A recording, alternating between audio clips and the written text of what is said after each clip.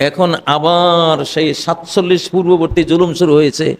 এইবারে ইনশাআল্লাহ মুসলিমদের হাতে, আমি নিজে বলছি না, আমি সাংবাদিকতা করি কোরআন ও সুন্নাহর, যে ইয়াফতাহুল্লাহু আলাইহিম, হিন্দুস্তানের বিরুদ্ধে যারা তাদের অন্যায় যুদ্ধে প্রতিরোধ গড়ে তুলবে তাদেরকে আল্লাহ বিজয় দেবেন। সমগ্র হিন্দুস্তানে মুসলিম শাসন মুঘলদের শাসনের মতো আবার শেষবারের মতো মুসলিম শাসন এখন কায়েম হবে। সীমান্তের ওপারে যারা 1-2 মিনিটে বাংলাদেশকে দখল করে ফেলবে, নাস্তানাবুদ করে ফেলবে, বাংলাদেশ নিয়ে এইসব অহংকার ঔদ্ধত্য যারা দেখাচ্ছেন, তারা নিজের হাতেই নিজের দেশটা মুসলিমদের হাতে তুলে দিচ্ছেন। বর্তমান 3 স্তরের যুদ্ধ পৃথিবীতে হবে। 1 স্তরের যুদ্ধ হলো গাজওয়াতুল হিন্দ, মুসলিম আর মুশরিক, বহুত্ববাদী ভার্সেস একত্ববাদী যুদ্ধ। এই যুদ্ধে একত্ববাদীরা বিজয়ী হবে, ফয়সালা হয়ে গেছে, রায় লেখা হয়ে গেছে। আমাদের সীমান্তে যারা খুব অন্যায় করছে, হিটলার আর নাৎসিদের মতো ঝাঁপাচ্ছে যারা, তাদের পরিণতি হিটলার আর নাৎসিদের মতোই হবে। 2024-এর আগে এই মসজিদ থেকেই এই আয়াতটি তেলাওয়াত করে বলেছিলাম, যারা এখন অন্যায় খুন করছে অচিরেই তাদের পতন হয়ে যাবে, এবং যারা মজলুম, যারা নিহত হচ্ছে, তারা ক্ষমতায় আসবে। আমি খুতবার শুরুতেই আল্লাহ তাআলার একটি ইউনিভার্সাল ল, মহাজাগতিক কানুন যে আয়াতে রয়েছে, সূরা বনী ইসরাইলের 33 নম্বর আয়াত, সে আয়াতটি তেলাওয়াত করেছি। এই আয়াতটি আমি ফ্যাসিবাদের সময়ও তেলাওয়াত করেছিলাম। এই আয়াতটি হযরত ওসমান শহীদ হওয়ার প্রেক্ষাপটে ইবনে আব্বাস তেলাওয়াত করেছিলেন এবং বলেছিলেন হযরত ওসমানের বংশের মানুষেরা মুসলিম বিশ্বের ক্ষমতায় আসবে। আয়াতটি হলো ওমান কুতিলা মাজলুমা, ওমান, আর যাকে বা যাদেরকে কুতিলা হত্যা করা হবে, মজলুমান, মজলুম অবস্থায়, মজলুম অবস্থায়, নির্যাতিত নিপীড়িত অবস্থায়, অন্যায়ভাবে যাকে হত্যা করা হবে, ফাকাদ জাআলনা লিওয়ালিহি সুলতানা, আমি ওই নিহত ব্যক্তির ওয়ালি, তার ওয়ারিস, তার অভিভাবক, তাদেরকে আমি সুলতান দিয়েছি, ক্ষমতা দিয়েছি, বা ক্ষমতা দেব, পাওয়ার দেব। তারা এই খুনিদের উপরে ক্ষমতাপ্রাপ্ত হবে, হত্যাকারীদের উপরে তারা ক্ষমতাপ্রাপ্ত হয়ে তাদেরকে পরাস্ত করবে, করতলগত করবে, আমার দেওয়া সুলতান, আমার দেওয়া পাওয়ার দিয়ে। 2024-এর আগে এই মসজিদ থেকে এই আয়াতটি তেলাওয়াত করে বলেছিলাম, যারা এখন অন্যায় খুন করছে অচিরেই তাদের পতন হয়ে যাবে, এবং যারা মজলুম, যারা নিহত হচ্ছে, তারা ক্ষমতায় আসবে। আলহামদুলিল্লাহ, আজকে বাংলাদেশে কারা ক্ষমতায়? যে 2টি দল ক্ষমতায়, 2টি দলই মজলুম ছিল, কেউ কম কেউ বেশ, আল্লাহ 2টি দলকেই ক্ষমতা দিয়েছেন, সুলতান দিয়েছেন।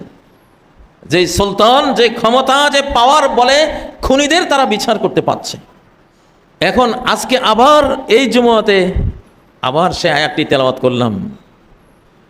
এবারে আমার এই আয়াতের প্রয়োগ ক্ষেত্র হলো মজলুম বাংলাদেশিদের, খাদেমুল ইসলামদের সীমান্তে নিহত হওয়ার প্রেক্ষাপট। ইনশাআল্লাহ আজকে আপনাদের কাছে আমি রোড ম্যাপ প্রকাশ করব। আমাদের সীমান্তে যারা খুব অন্যায় করছে, হিটলার আর নাৎসিদের মতো ঝাঁপাচ্ছে যারা, তাদের পরিণতি হিটলার আর নাৎসিদের মতোই হবে, আরও ভয়াবহ হবে ইনশাআল্লাহ। কারণ হিটলার আর নাৎসিরা মুসলিমদের বিরুদ্ধে আক্রমণাত্মক হয়নি, মানব জাতির বিরুদ্ধে তারা অপরাধ করেছে, তাও টিকে নাই। আর মুসলিমদের বিরুদ্ধে হলে তো প্রশ্নই আসে না, এখানে টিকে থাকার প্রশ্নই আসে না। এবং বিশেষ করে 2024 পরবর্তী পৃথিবী, এটা মুসলিম গ্লোবালাইজেশনের পৃথিবী। এখন যারাই মুসলিম উম্মার বিরুদ্ধে অন্যায় করবে, আকাশের মার, জমিনের মার, শতাব্দীর মার খেয়ে নাস্তানাবুদ হতে বাধ্য। যেমন হরমুজ প্রণালীর ইতিহাস তো আমাদের সামনে আছে, এটা শতাব্দীর মার খাচ্ছে, এলাহি মার, রব্বানি মার, মালায়েকি অ্যাঞ্জেল ফোর্সের মার খাচ্ছে, শতাব্দী পরিবর্তনের মার খাচ্ছে। কোনো অন্যায়, কোনো জুলুম এই যুগে আর টিকবে না, ইনশাআল্লাহ টিকতে পারবে না। আমার খুব দুঃখ হয়, সীমান্তের ওপারে যারা 1-2 মিনিটে বাংলাদেশকে দখল করে ফেলবে, নাস্তানাবুদ করে ফেলবে, বাংলাদেশ নিয়ে এইসব অহংকার ঔদ্ধত্য যারা দেখাচ্ছেন, তারা নিজের হাতেই নিজের দেশটা মুসলিমদের হাতে তুলে দিচ্ছেন। সেদিন দূরে নয় যে আমরা দেখব সেই দেশে বিভিন্ন গুরুত্বপূর্ণ পদে বাংলাভাষীরা ক্ষমতার চেয়ারে বসে আছে, ইনশাআল্লাহ। লিখে রাখুন আজকে কত তারিখ, কোন জুমা। আমি বলছি, আমি কোরআনের নয়নে দেখে দেখে বলছি, একটা রোড ম্যাপ আছে আমার হাতে। বর্তমান 3 স্তরের যুদ্ধ পৃথিবীতে হবে। 1 স্তরের যুদ্ধ হলো গাজওয়াতুল হিন্দ, মুসলিম আর মুশরিক, বহুত্ববাদী ভার্সেস একত্ববাদী যুদ্ধ। এই যুদ্ধে একত্ববাদীরা বিজয়ী হবে, ফয়সালা হয়ে গেছে, রায় লেখা হয়ে গেছে আকাশে। আমার উম্মতের একটি দল ভারতের চাপিয়ে দেওয়া যুদ্ধে অংশ নেবে, প্রতিরোধ করবে, তাদের বিরুদ্ধে পাল্টা যুদ্ধ ডিক্লার দেবে। ফায়াফতাহুল্লাহু আলাইহিম, আল্লাহ তাদেরকে বিজয়ী করবেন। এটা রায়, এই যুদ্ধের ফল দিয়ে দিলাম। এখন দেখো তোমরা তোমাদের দেশটা কি মুসলিমদেরকে দিয়ে দিবা, না তোমরা ক্ষমতায় থাকবা, তোমাদের ইচ্ছা। গন্ডগোল করবা, দেশ হারাবা। হয়তো ভাবছো কিভাবে হারাবো, সেটা বুঝবা, যখন হারাবে তখন বুঝবে। এটা মিরাকল শতাব্দী, এটা দুর্বলদের শতাব্দী, এটা অলৌকিক শতাব্দী। এখানে লৌকিকতার অস্ত্রের কোনো হিসাব নিকাশ, সৈন্যবল সৈন্য দলের কোনো হিসাব নিকাশে কোনো কাজে আসবে না। এখানে মুসলিমদের ছোড়া খুব অল্প দামের একটি হাতিয়ার তোমাদের শত কোটি ডলারের হাতিয়ারকে নাস্তানাবুদ করে দেবে, যেটা আমরা চোখে দেখছি। সম্মানিত মুসল্লিয়ানে কেরাম, এই খুতবাটি এইভাবে কেন দিচ্ছি, যেহেতু আমরা আক্রান্ত। ফাকাদ জাআলনা লিওয়ালিহি সুলতানা। বাংলা ভাষা কি কোনো অপরাধ? বাংলা ভাষা কিসের অপরাধ? এটা আমার মায়ের ভাষা। দুনিয়ার কি সব মানুষের ভাষা হিন্দি ভাষা হয়ে যাবে? হবে না। ভাষা তৈরি হয় মাটি, আকাশ এবং পৃথিবীর পারিপার্শ্বিক পরিস্থিতির কারণে ভাষা তৈরি হয়। যেমন বাংলাদেশে স্বয়ংক্রিয়ভাবে গাব গাছ তৈরি হয়, আম গাছ জন্মলাভ করে, নারিকেল গাছ হয়, সুপারি গাছ হয়। অতীতে কেউ এসব গাছ লাগাতো না। এগুলি এই মাটি, আকাশের এই পারিপার্শ্বিক এই ভৌগোলিক সীমারেখার গুণবৈশিষ্ট্যে আল্লাহ দিয়েছেন। এগুলো এখানে এভাবে হবে। কোনো দেশে আঙ্গুর হবে, সেখানে খেজুর হবে, সেখানে বেদানা হবে, তিন জাইতুন হবে। ওখানকার লোকাল মাটি, আকাশ, বায়ুমণ্ডলের পরিবেশগত তারতম্যটা হবে। অকদ্দরা ফিহা আকওয়াতাহা ফি আরবাতি আইয়াম। আল্লাহ তাআলা 4 দিনে পৃথিবীর কোন অঞ্চলে, কোন পরিস্থিতিতে, কোন পরিবেশে, কোন মাটি আর কোন ভৌগোলিক সীমারেখায় কি খাদ্য, ফল, ফসল উৎপন্ন হবে তিনি নির্ধারণ করে দিয়েছেন। সেই মাটির সে বৈশিষ্ট্য দিয়েছেন। বাংলাদেশে কোনো আমেরিকার শিশুর জন্ম হলে তার মুখে ইংরেজি ভাষা জন্মলাভ করবে না, তার মুখে বাংলা ভাষাই জন্মলাভ করবে। কারণ এটা এই মাটি, এই বায়ুমণ্ডলীয়, এই জিওগ্রাফিক্যাল ডেমোগ্রাফি বা জনতাত্ত্বিক এটা বৈশিষ্ট্য। এখানে বাংলা ভাষা তৈরি হয়। সে ভাষাও একটু প্রতি 12 মাইল অন্তর অন্তর চেঞ্জ হয়। কুমিল্লা যান, একটু চেঞ্জ। নোয়াখালী যান, আপনি অনেক কথা বুঝবেনই না কি বলল।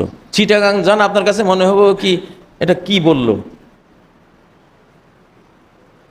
মাটি আর মানুষের তারতম্যে প্রতি 12 মাইল অন্তর অন্তর ভাষার পরিবর্তন হয়। তাহলে এটা কি মানুষের তৈরি? আল্লাহর তৈরি।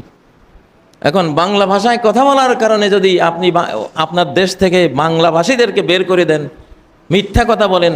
1947 সালে হিন্দুস্তান থেকে কোটি কোটি লোক বাংলাদেশে এসেছে। এই দেশে এদেশে কয়েক কোটি লোক, কোটি কোটি লোক পাওয়া যাবে 47-এ হিন্দুস্তান থেকে বাংলাদেশে এসেছে। আমরা কি বলেছি কোনোদিন তোমরা অনুপ্রবেশকারী, হিন্দুস্তান চলে যাও? এটা কেমন কথা? বাংলাদেশ থেকে হিন্দুস্তান যাওয়া, হিন্দুস্তান থেকে বাংলাদেশে আসা, হিজরত, ইমিগ্রেশন তখন হয়েছে দেশ বিভাগের কারণে। দেশ বিভাগ মুসলমানের কারণে হয়নি। দেশ বিভাগ আজকে আরএসএস যা বলে, বিজেপি যা বলে, তাদের কারণে হয়েছে। দেশ বিভাগ 47-এ হয়েছে, কিন্তু 1920 সালে নাগপুর কংগ্রেসের কনফারেন্সে যখন মোহাম্মদ আলী জিন্নাহ বক্তৃতা করছিলেন, তিনি বক্তৃতা করতে উঠে মিস্টার গান্ধী বলেছেন। তিনি ইংরেজিতে কথা বলতেন, এই জন্য তিনি ইংরেজি ভাষার মিস্টার ব্যবহার করেছেন। মহাত্মা গান্ধীর অনুসারীরা বললেন, না, মহাত্মা গান্ধী বলেন। ওনার মুখ দিয়ে মহাত্মা গান্ধী আসেনি, উনি আবার মিস্টার গান্ধী বললেন। ওনাকে জুতা ছড়ে মারা হলো, অসম্মান অপমান করা হলো। এত বিশাল সম্মেলনে মোহাম্মদ আলী জিন্নাহকে বক্তৃতার মঞ্চে ওই অপমান করার কারণে তিনি আর তার স্ত্রী মঞ্চ থেকে নেমে চলে গেলেন 1920 সাল। সেই অপমানটা অব্যাহত চলতে চলতে 47-এ এসে মোহাম্মদ আলী জিন্নাহ, সেই মোহাম্মদ আলী জিন্নাহর হাতেই এই দেশটা ভাগ হলো। তার বেদনা, তার দুঃখ, তার অপমানের, তার মতো কোটি কোটি মুসলমানের অপমানের সেটা ফল ছিল। আমাদেরকে দায়ী করতে পারবেন না। 47-এর আগে জুলুম করতে করতে করতে হিন্দুস্তান তার 2টা অঞ্চলে ক্ষমতা হারিয়েছে। আমাদের এই বাংলাদেশ অঞ্চল, পশ্চিম পাকিস্তান অঞ্চল, এটা ভাগ হয়ে গেছে। কার দোষে? হিন্দুস্তানি হিন্দুত্ববাদীদের অত্যাচারে এটা হয়েছে। রায়ট হয়েছে, রায়টে মুসলমানরাও জবাব দিছে বাধ্য হয়ে, উপায় ছিল না। এখন আবার সেই 47 পূর্ববর্তী জুলুম শুরু হয়েছে। এইবারে ইনশাআল্লাহ মুসলিমদের হাতে, আমি নিজে বলছি না, আমি সাংবাদিকতা করি কোরআন ও সুন্নাহর, যে ইয়াফতাহুল্লাহু আলাইহিম, হিন্দুস্তানের বিরুদ্ধে যারা তাদের অন্যায় যুদ্ধে প্রতিরোধ গড়ে তুলবে, তাদেরকে আল্লাহ বিজয় দিবেন। সমগ্র হিন্দুস্তানে মুসলিম শাসন, মুঘলদের শাসনের মতো আবার শেষবারের মতো মুসলিম শাসন এখন কায়েম হবে। এটা আল্লাহর ফয়সালা, প্রেডিকশন, এটা আমার কথা না। আমি শুধু ডেলিভারি দিচ্ছি। আপনারা নিজের হাতে নিজেরা নিজেদের ক্ষমতা ধ্বংস করে দিচ্ছেন। হিটলারের মতো এত বড় পাওয়ারফুল মানুষ টিকেনি, নাৎসি বাহিনী টিকেনি, আপনারা টিকবেন? টিকবেন না। জালিমদেরকে আল্লাহ পুরস্কৃত করেন না। কিছুকাল জুলুম অত্যাচার করে আস্তে তারা ফেরাউন, নমরুদ, সাদ্দাদ এবং কওমে লূত, কওমে আদ, এদের মতো তারা অস্তিত্ব থেকে হারিয়ে যায়। তো যাই হোক, এখন আমাদের করণীয় কি? হিন্দুস্তানিদের এটা ভাবার কোনো উপায় নেই যে বাংলাদেশ একটা বিচ্ছিন্ন দেশ। আমি বারবার আমার খুতবায় বলেছি, বাংলাদেশের একটা লোকাল মানচিত্র আছে আর একটা ইন্টারন্যাশনাল মানচিত্র আছে। লোকাল মানচিত্রের পরিধি মাত্র 1.5 লাখ কিছু কম বেশ বর্গ কিলোমিটার, আর আমাদের ইন্টারন্যাশনাল মানচিত্র 4,17,00,000 বর্গ কিলোমিটার। আমরা মুসলিম ওয়ার্ল্ডের অংশ, মুসলিম জাহানের অংশ। এবং যেহেতু গাজওয়াতুল হিন্দের স্পট এটা হলো বাংলাদেশ, এই জন্য জান্নাত থেকে, জান্নাত প্রাপ্তি, জাহান্নাম থেকে মুক্তি কে না চায়? সমগ্র মুসলিমের সারা জীবনের সাধনা হলো রব্বানা আতিনা ফিদ দুনিয়া হাসানাতাও ওয়া ফিল আখিরাতি হাসানাতাও ওয়া কিনা আযাবান নার। জাহান্নাম থেকে মুক্তি সারা মুসলিম জাহানের এটা জীবনের চূড়ান্ত লক্ষ্য, উদ্দেশ্য। তো রাসূল যেখানে বলছেন ইসাবাতান মিন উম্মতি, আমার উম্মতের 2টি দল, 2টি গ্রুপ, 2টি যোদ্ধা দল, আহরাজাহুমাল্লাহু মিনান নার, আল্লাহ তাদেরকে আমার জবানে সেই 1450 বছর আগেই নবীর জবানেই বলছেন আহরাজাহুমাল্লাহু মিনান নার, আল্লাহ তাদেরকে জাহান্নাম থেকে, আগুন থেকে মুক্ত করে দিয়েছেন। জাহান্নাম থেকে মুক্ত করে দিয়েছেন, অর্থাৎ জান্নাত দিয়ে দিয়েছেন। জাহান্নামে না গেলে কোথায় যাবে? দুনিয়ার পরে বাড়ি 2টাই, জাহান্নাম বাড়ি আর জান্নাত বাড়ি, তাই না? এখন জাহান্নামে গেল না, কোথায় যাবে? জান্নাতে যাবে। তো এত বড় অফার, এত বড়, এটা সারা পৃথিবী দেওয়ার অফারের চেয়ে বড় অফার, জান্নাত দেওয়ার অফার। সাত আসমানের উপরে আপনাকে জান্নাতুল ফেরদাউসের অ্যালটমেন্ট দিয়ে দিলেন রব্বুল আলামিন। এত বড় অফার, গুলশান বানানির 5 কাঠা জমির অফার পাইলে আপনারা কি লাফান? এখানে তো সাত আসমানের উপরে জান্নাতের অফার, জাহান্নাম থেকে মুক্তির অফার দিয়েছেন। অতএব এই অফার লুফে নেবে গোটা মুসলিম জাহান। সেজন্য বাংলাদেশ আক্রান্ত হলে বাংলাদেশ প্রতিরোধ করবে না, 57টা মুসলিম দেশ এবং তাদের সাথে তাদের যেই অ্যালায়েন্সরা থাকবে অমুসলিমদের মধ্যে, সম্মিলিত প্রতিরোধ এখানে তৈরি হবে, যেই প্রতিরোধের সামনে আক্রমণকারীরা হেরে যাবে। অতএব আক্রমণকারীদের উচিত শান্তির পথে এগোনো। সময় আছে, আমরা অশান্তি চাই না। বাংলাদেশ কখনো কাউকে আক্রমণ করে না, এটা এই জাতির স্বভাবের মধ্যেই নাই। এই জাতি আক্রমণাত্মক, এই জাতি এই করেছে সেই করেছে, এগুলি সব মিথ্যা কথা, বানোয়াট কথা, ভুয়া কথা সব। প্রত্যেকটা ইতিহাসে প্রমাণ হয়েছে। এই দেশ আমরা ওয়াটার সন্ত্রাস, পানি সন্ত্রাসের দ্বারা আক্রান্ত হয়ে আমাদের নদীগুলি আজকে মরুভূমি। দেশকে শক্তিশালী করতে হবে, দেশের উপরে আক্রমণ আসছে, প্রত্যেকটি নাগরিককে সামরিক প্রশিক্ষণ দিতে হবে। আমরা আমাদের দেশমাতৃকা রক্ষার লড়াইয়ে ইনশাআল্লাহ আমরা জীবন দেব, আমরা সম্পদ দেব। যদি আবু হুরায়রা আরব দেশে বসে বলতে পারেন, নবীজির সাহাবী আবু হুরায়রা, আমি যদি সেই যুদ্ধ পেয়ে যাই, উনফিক ফিহা নাফসি ওয়া মালি, আমি সেই গজওয়াতুল হিন্দে আমার জান মাল সব ব্যয় করে দেব। আর যদি সেই যুদ্ধে আমি মারা যাই, ওই নিস্তুশহিদ তুফান আবু হুরায়রাতাল মুহাররার, আমি সেই যুদ্ধে আমি যদি নিহত হয়ে যাই, শহীদ হয়ে যাই, আমি জাহান্নাম থেকে মুক্ত আবু হুরায়রা।